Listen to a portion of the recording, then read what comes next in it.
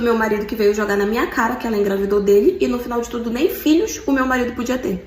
Ei, fica aqui a história nova. Bom, eu me casei com meu marido há muitos anos atrás. No total, nós passamos 10 anos juntos. E a gente nunca chegou a ter filhos. Não porque a gente não queria coisa do tipo, mas porque nós descobrimos que o meu marido não podia ter filhos. Ele era 100% estéril. É claro que naquele momento aquilo bagunçou muito o nosso relacionamento, mas depois a gente sentou, conversou e pensamos na possibilidade de adotar uma criança, né? Só que assim, a gente falou, né? Não, a gente vai adotar quando nós estivermos prontos para ser pais. A gente se casou muito cedo, então quando nós estávamos com 10 anos de relacionamento, nós estávamos ali com 30 anos cada um, porque a gente se casou com 20, né? E naquele momento a gente pensou, agora é o momento da gente ter o nosso filho, né? E nós entramos com o processo para adotar uma criança. Mas vocês sabem, né? Esses processos de adoção são extremamente longos, tem várias fases, enfim. E quando essa história aconteceu, a gente estava no meio do processo para adotar uma criança, né? Enfim, eu nunca desconfiei que meu marido tivesse outra. Ele sempre foi um marido muito presente, nunca deixou faltar nada, tanto financeiramente quanto emocionalmente. Ele era uma pessoa muito presente, ele era muito carinhoso, tudo. E ele nunca me deu motivos pra desconfiar que ele tivesse outra pessoa, né? Só que, de uns tempos pra cá, eu comecei a perceber que meu marido tava muito nervoso, que ele tava muito estressado. E no início, né, no primeiro momento, eu pensei que fosse por conta do trabalho dele, porque tivesse acontecido alguma coisa na empresa. Mas todas as vezes que eu perguntava pra ele, ele falava que não era nada, que não tava acontecendo nada, que tava tudo bem e tal. Mas, gente, você convive com uma pessoa há 10 anos, você conhece ela, você sabe o jeito dela. Então eu sabia que tinha alguma coisa ali. Apesar dele não querer me falar, eu sabia que tinha algo, mas eu também não ficava pressionando, sabe? Eu pensava, não, no momento certo ele vai me dizer o que tá acontecendo, né? Enfim, ele passou umas 2 semanas agindo dessa forma, até que a bomba acabou caindo no meu colo, né? Eu recebo uma mensagem de uma moça no meu Instagram, falando que precisava conversar comigo sobre o fulano, né? Que no caso era o meu marido. E na hora eu fiquei, nem conhecia ela, né? Falei assim, tá, mas o que você quer falar? Ela, não, tem que ser pessoalmente, porque não sei o quê. E eu, tipo, tá, mas o que você quer falar, né? E aí ela falou, não, é porque eu tenho, na verdade, um caso com o seu marido, eu não sabia que ele era casado e tal, e eu queria conversar com você pessoalmente pra explicar como é que eram as coisas, porque eu não acho isso certo e tal. Beleza, gente, marcamos um encontro. E eu fui até ela, né, pra entender aquela história toda. Eu não falei nada pra ele e fui até ela. Chegando lá, ela falou que ela já estava com ele há 1 ano, que ela estava muito apaixonada por ele, que ela não sabia que ele era casado, que ela tinha descoberto recentemente, né, que fazia pouquíssimo tempo que ela tinha descoberto que ele era casado, e que ela estava muito triste, que ela estava arrasada e tal, e que quando ela questionou ele, ele bloqueou ela de todas as redes sociais, não atendia mais as ligações, não queria falar com ela, até que ela achou o meu perfil e resolveu vir falar comigo, porque ela precisava falar com ele urgentemente, porque ela estava passando por alguns problemas. E na hora que eu questionei ela, né, tipo assim, o que tá acontecendo? Ela não quis nem fazer rodeio, gente. Na mesma hora ela jogou na minha cara que ela tava grávida dele. E ela tava querendo falar com ele porque ela queria resolver essa situação, porque ela não podia simplesmente ser abandonada. E aí eu fiquei olhando pra cara dela e falei, você tá grávida? Aí ela falou, tô grávida dele e tal, de 1 mês, não sei o quê. Aí eu fiquei, tipo, na minha cabeça, né, como que tu tá grávida se meu marido é estéril? Beleza, né, gente? Aí, só que assim, tem aquela questão, né? Tipo, às vezes os médicos falam pra pessoa que ela não pode ter filhos, mas do nada ela tem, né? A gente nunca sabe. E aí eu fiquei olhando pra cara dela e falei assim, ó, eu vou te dar o endereço da minha casa e tal horário tu vai lá que ele vai estar em casa. Queria ver aquela situação toda, né, gente? Passei o endereço pra ela e tudo, e quando deu no horário, que eu já sabia que meu marido ia estar em casa, ela apareceu lá. E quando ela apareceu, é claro, ele ficou branco, ficou preto, ficou rosa, ficou todas as cores possíveis de nervoso quando ele viu ela. E quando ela falou que ela tava grávida, ele deu uma risada, gente, uma risada assim muito sincera no rosto dela e começou a falar um monte de coisa, falando que ela queria dar um golpe nele e tal, xingou ela de todos os nomes possíveis, né? E eu lá sentada, belíssima na sala olhando aquilo, né? Falei, se o negócio ficar feio, aí eu vou lá e eu vou entrar no meio, né? Mas por enquanto eu vou ficar aqui. E aí eles começaram a brigar e ela, tipo, perguntando por que ele tava xingando ela, porque ele tava falando que ele não era o pai do filho dela. E foi o que ele falou. Eu não posso ter filhos, eu sou estéril. Como é que tu tá grávida se eu não posso ter filhos? Na hora a cara da menina foi no chão. Foi no chão. E ela começou a falar que aquilo não era possível, porque era dele, porque ele era o único homem com quem ela tinha se envolvido, que não sei o que e tal. E eu lá olhando aquela situação, né? Por dentro, eu tava, tipo, querendo chorar, sabe? Eu tava muito triste, mas por fora eu tava rindo da situação. E aí, sei que no final de tudo ele falou pra ela que então, se ela tinha 100% de certeza que o filho era dele, que não tinha problema, que eles iriam fazer um teste de DNA. Só pra desencargo ali de consciência, né? E ela falou, não, a gente vai fazer e tal. No final de tudo ela foi embora e adivinha só, ela desapareceu. Nunca mais mandou mensagem pra ele, nunca mais ligou. Quando ele tentou ligar pra ela, ela não atendia o telefone, porque ela já sabia que o resultado ia dar negativo, porque meu marido não podia ter filhos. Mas enfim, depois é óbvio, ele veio pro meu lado pra querer tentar resolver, pedir desculpas e tudo, mas eu falei pra ele que pra mim naquele momento estava encerrado, a gente não precisava nem conversar. pra mim já era caso de divórcio, porque ele sendo ou não pai do filho não justificava o fato de que ele tinha ficado com ela e de que ele tinha me traído com ela há mais de um ano. Então não interessava se ele ia ter filho ou não. Pra mim, o casamento estava acabado. E aí eu entrei em contato, né, com a assistente social, tudo, pedi pra parar o processo de adoção, que a gente não ia mais adotar. Entrei com pedido de divórcio e a gente se separou por conta disso. Agora você vê, né? Não sei quem é mais pilantra, se é ele por ficar me enganando, me traindo, ou ela por tentar dar um golpe nele e ainda vir jogar na minha cara que tava grávida. Mas enfim, essa é a história de hoje. Vou te contar da vez que eu namorava um querido, eu sustentava ele pra depois descobrir que ele sustentava outras duas mulheres. Eu comecei a ficar com este abençoado porque um amigo meu me apresentou ele. Falou assim, Jó, eu tenho um amigo pra te apresentar, mas tipo assim, ele não tem um braço, tudo bem? Eu falei, oxa, vou mandar, filho, não precisa ter braço não, precisa ter disposição. E ele tinha, viu? Tinha disposição, tanto é que manteve relacionamentos com 3 mulheres ao mesmo tempo, olha lá. Simplesmente o homem mais disposto do Brasil. Beleza, a gente começou a ficar. Aquela história, né? Uma ficância do nada. Quando você menos espera, você já tá namorando. E daí ele era meio rústico. De beleza, sabe? Ele era bem rústico, meio rústico. Eu tô sendo gentil aqui contigo, ele era bem rusticão. Só que tem aquele ponto, né? Aquele ponto que a mulher confia cegamente. Ele me trata bem. Mas até quando? Não é? Aí começamos a namorar e depois de um tempo ele arrumou um emprego. Que toda quarta-feira, menina, esse homem sumia do mapa. Mas eu pensava, é trabalho, cara, o homem tá trabalhando, velho. Tipo, ele tá trampando. Agora me fala que trabalho é esse? Que pra trabalhar você tem que colocar o celular no modo avião. Porque toda quarta-feira o celular dele tava sem sinal. Bem no dia do fute com os moleque. Porque quarta é nacionalmente conhecido como a quarta do fute com os moleque. Só que esse fute, ele pode bem ser outra coisa, né? Pode ser putz.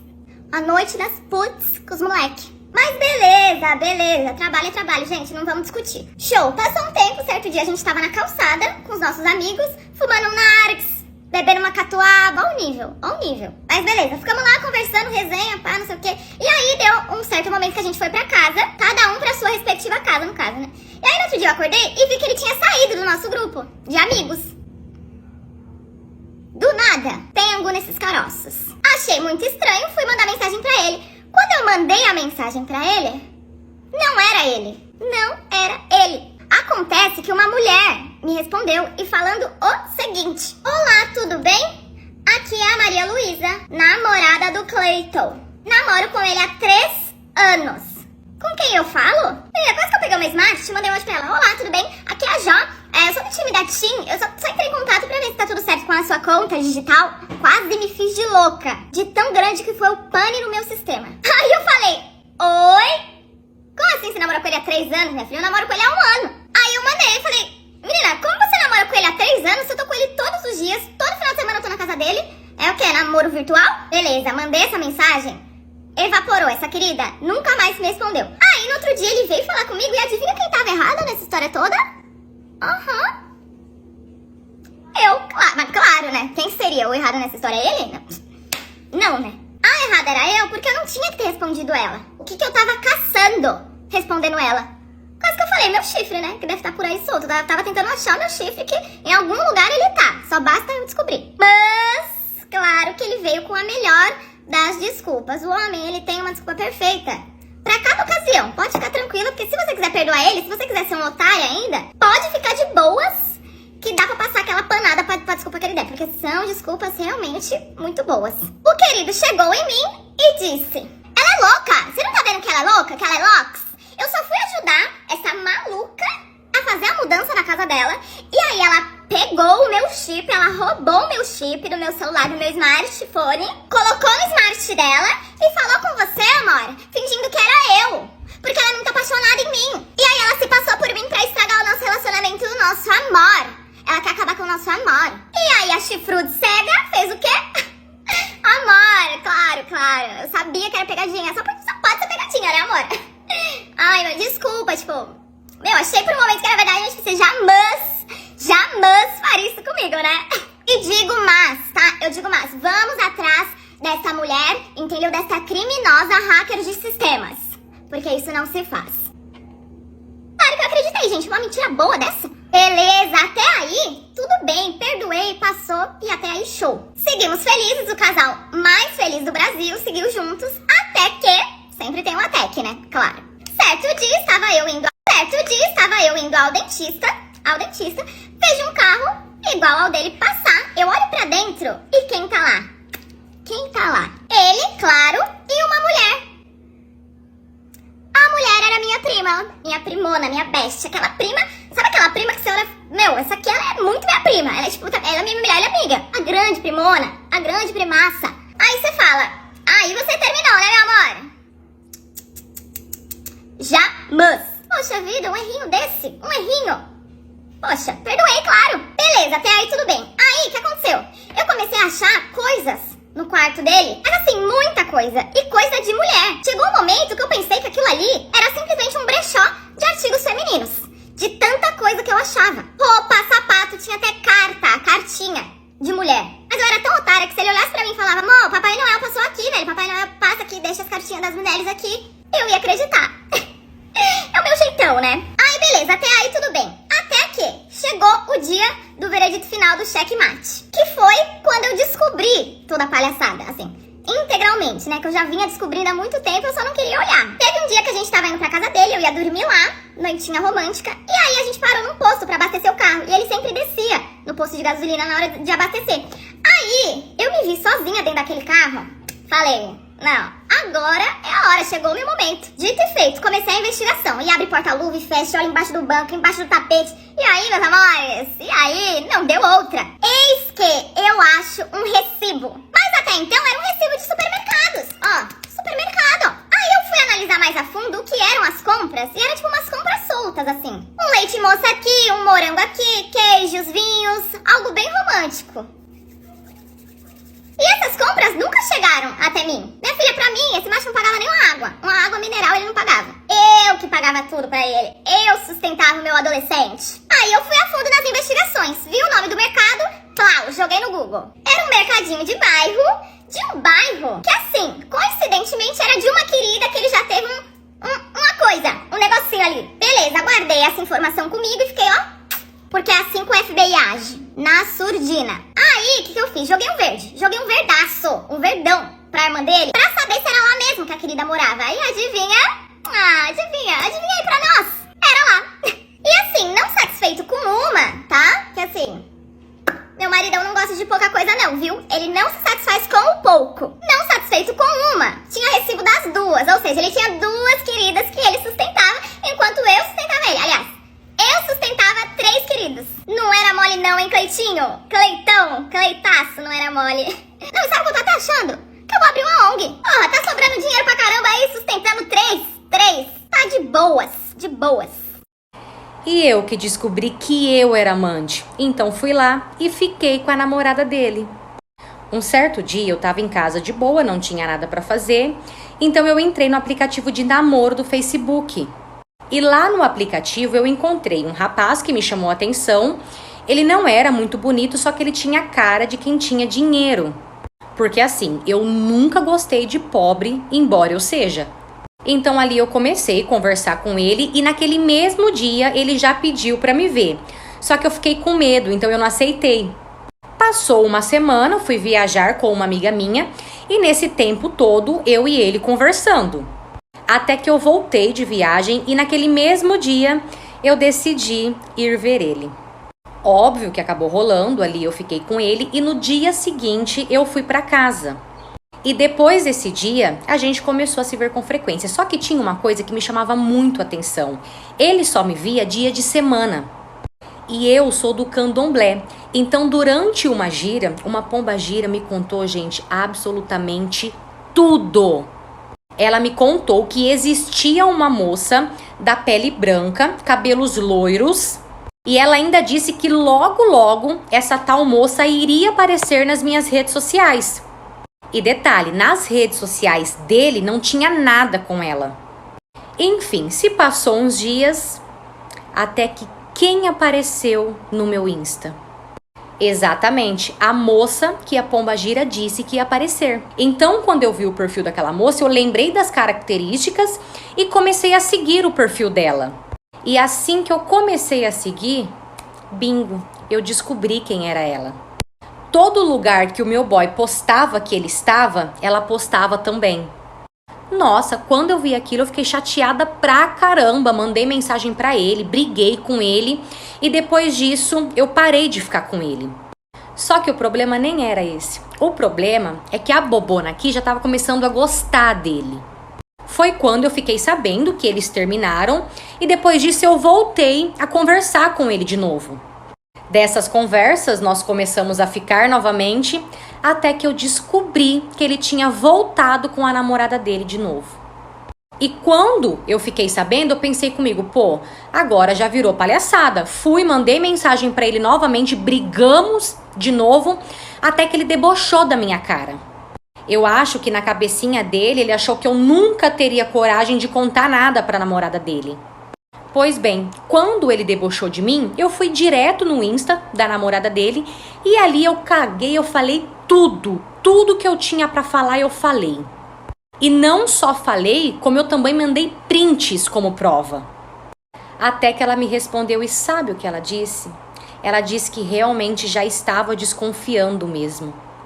Então ali ela começou a puxar assunto comigo, começamos a conversar, até que ela me contou que eles tinham o costume de fazer menage, que ela fazia meio que obrigada só pra agradar ele. Pra falar a verdade, ali na conversa já deu pra entender que era um relacionamento meio que abusivo. Ele tinha 43 anos e ela 21. Então, por gostar muito dele, ela fazia o que ele queria. E foi então que nós combinamos um plano entre nós duas. Ela falou pra ele que ela tinha uma amiga nova e que ela ia chamar essa amiga pra ir na casa dela pra tomar um gin. Essa amiga nova, no caso, seria eu. Beleza, já tudo certinho, tudo combinado.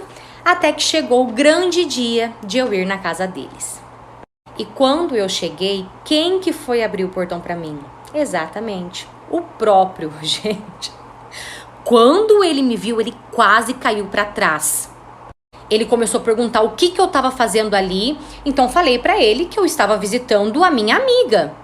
Então ele começou a pedir pra mim, pelo amor de Deus, pra eu não falar nada pra ela, pra eu não deixar sair nada, pra não deixar escapar nada. E eu falei pra ele que tudo bem, pra ele ficar tranquilo. Mal sabia ele que eu já tinha contado tudo. Então ali nós sentamos, começamos a beber nós três. Ela fingindo que não sabia de nada e ele acreditando. Até que a gente foi pra jacuzzi. Ele tava de sunga e a gente tava de biquíni. Até que do nada aquela menina veio e começou a me beijar. Gente, eu não gosto de mulher, eu nunca fiquei com mulher. Só que pra deixar ele puto e com muita raiva, porque era isso que eu queria, eu respondi o beijo dela. Só que o clima começou a esquentar e ali ela começou a passar do beijo. E quando ele viu que tava pegando fogo, ele tentou entrar no meio. Só que nenhuma das duas queria ele ali. Até que não bastando isso, ela pegou, olhou pra mim e falou assim bem alto: nossa amiga, eu sinto muito mais em você do que em fulano. E falou o nome dele. Pra quê? Ele ficou louco, mas assim, louco de raiva, transtornado. Você via na face dele que ele tava transtornado. Até que os dois começaram a brigar e brigar feio, sabe? Então eu vi que não tinha mais o porquê eu continuar ali, me despedi e fui embora. Depois dessa situação, eu e ela, a gente continuou com a amizade assim normalmente, tanto que a gente conversa normal. Mesmo depois de tudo, ela ainda continuou com ele por um tempo, porque ela tinha uma dependência nele gigante. E eu tinha dó dela, porque dava pra ver a dependência, até porque ele tinha várias mulheres e ela sabia. Mas hoje, atualmente, faz uns 2 meses que eles separaram. Ela, na verdade, tá até ficando com um amigo dele.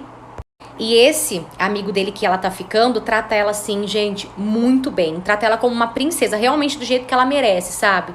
E eu fiquei muito feliz por ela, porque eu torcia muito, eu queria muito que ela saísse desse relacionamento e que ela realmente encontrasse alguém que valia a pena. E ela encontrou. E sim, nós somos amigas até hoje. E sobre o boy safado, eu nunca mais falei com ele.